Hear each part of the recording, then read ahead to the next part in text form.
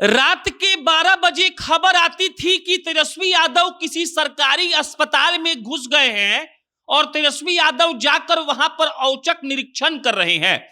तेजस्वी यादव बतौर स्वास्थ्य मंत्री मेरे फेवरेट थे, लेकिन मंगल पांडे साहब रात को 12 बजे क्या करते हैं ये आपको हम पहले दिखाते हैं। भाई साहब हैं तो बिहार के मंत्री, लेकिन कलकत्ता में जाकर वहां पर जो संगठनात्मक बैठक आयोजित की जाती है वहां पर जाकर लोगों से मिलते हैं। और सिर्फ यही पोस्ट नहीं, आप मंगल पांडे जी का फेसबुक का पेज खोलिए और वहां पर जाकर देखिए तो भाई साहब ने पिछले 5-7 दिनों में कुछ भी पोस्ट ही नहीं किया है स्वास्थ्य के सुविधा के बारे में। वो भाई साहब क्या कर रहे होंगे बिहार के स्वास्थ्य सुविधा के बेहतरी के लिए ये तो हमको नहीं पता, लेकिन जब मंगल पांडे जी को हम देखते हैं तब हमको तेजस्वी यादव की याद आती है।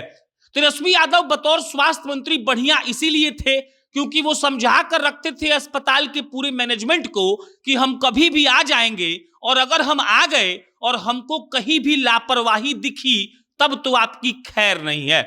हमने तेजस्वी यादव का फोटो भी लगाया है, ये शायद पीएमसीएच का फोटो है।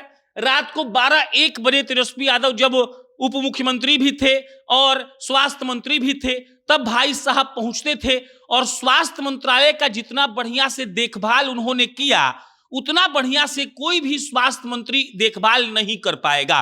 सिर्फ पीएमसीएच ही नहीं, वैशाली में कभी चले गए, कभी दरभंगा में चले गए, कभी कभी तो ट्रॉमा सेंटर में भी घुस जाते थे और जाकर देखते थे कि वहां पर कैसी व्यवस्था है, दवाई का सही में इंतजाम है कि नहीं। और तेजस्वी यादव के स्वास्थ्य मंत्री होने के कार्यकाल के अंदर बहुत कुछ बेहतर बदलाव भी हुआ था।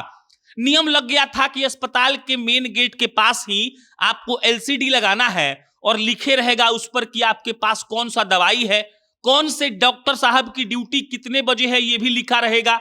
और ऐसे में जो आम लोग थे, जो मरीज थे, उनके लिए बहुत आसान था ये पता कर लेना कि अस्पताल में जिन डॉक्टर साहब की ड्यूटी है वो डॉक्टर साहब वहां पर उपस्थित है भी कि नहीं। बहुत आसान था मरीजों को ये देख लेना कि जो दवाई उपलब्ध है वो वाकई में ये लोग दे भी रहे हैं कि नहीं।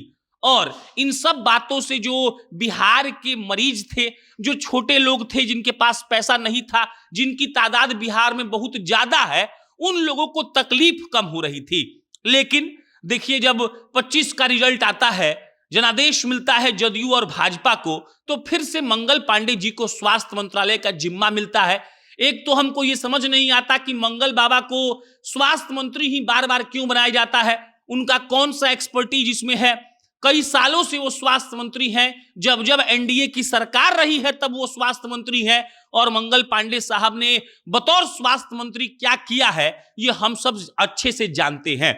मंगल पांडे जी के फेसबुक को जब आप खोलेंगे तो वो अलग अलग जगह पर जाकर भाजपा के कार्यकर्ताओं को बधाई दे रहे हैं, इस जनादेश के लिए उनका पीठ थपथपा रहे हैं, लेकिन जो जिम्मा उन लोगों को दिया गया है वो जिम्मा वो ठीक से नहीं निभा रहे हैं।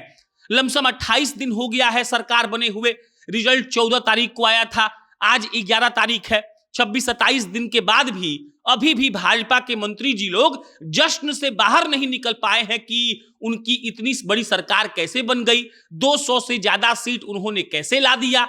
और ऐसे में जो स्वास्थ्य मंत्रालय है वो कितना पिछड़ रहा है ये समझिएगा। मंगल जी की तस्वीर देखिए, गिरिराज दावी बैठे हुए हैं, ये कलकत्ता की तस्वीर है, लिखा हुआ है कि कलकत्ता पश्चिम बंगाल में आयोजित विशेष संगठनात्मक बैठक में सहभागिता की।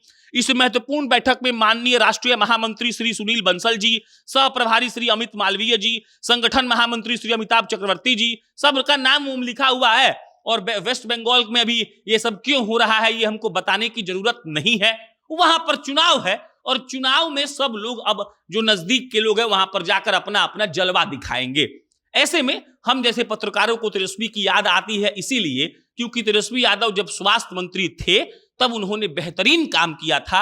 डॉक्टर कहिए, ऑर्थोपेडिक के जो स्टाफ है उनको कहिए, या फिर कोई भी स्टाफ कह लीजिए किसी भी अस्पताल के, उन लोगों के अंदर इस बात का खौफ था कि कभी भी तेजस्वी यादव आकर औचक निरीक्षण कर सकते हैं और अगर वहां पर गड़बड़ी पाई गई तो उनको नौकरी से हाथ धोना पड़ सकता है। और इसीलिए कोई भी स्टाफ या फिर डॉक्टर गलती नहीं करते थे। कई बार तेजस्वी यादव के कार्यकाल में डॉक्टर लोग हड़ताल पर गए जिसका हम लोगों ने पुरजोर विरोध किया था, क्योंकि जो स्वास्थ्य का जिम्मा संभालने वाले लोग हैं, अगर वो हड़ताल करेंगे तो कैसे होगा। तेजस्वी यादव इतना निरीक्षण कर रहे थे कि मजबूर हो गए थे डॉक्टर लोग हड़ताल करने पर, लेकिन अभी मंगल पांडे जी जब मंत्री हैं तो यहां पर कोई काम नहीं हो रहा है।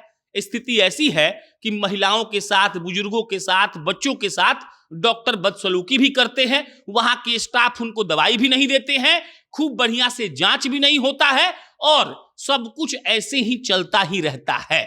बाकी मंगल पांडे जी को जरूरत है तेजस्वी यादव से सीखने की, और तेजस्वी यादव ने जैसे काम किया था वो एक तरीके से नजीर बन गया है, और मंगल पांडे जी अगर उनसे नहीं सीखेंगे तो जो ये स्वास्थ्य व्यवस्था है ये बद से बदतर होती जाएगी।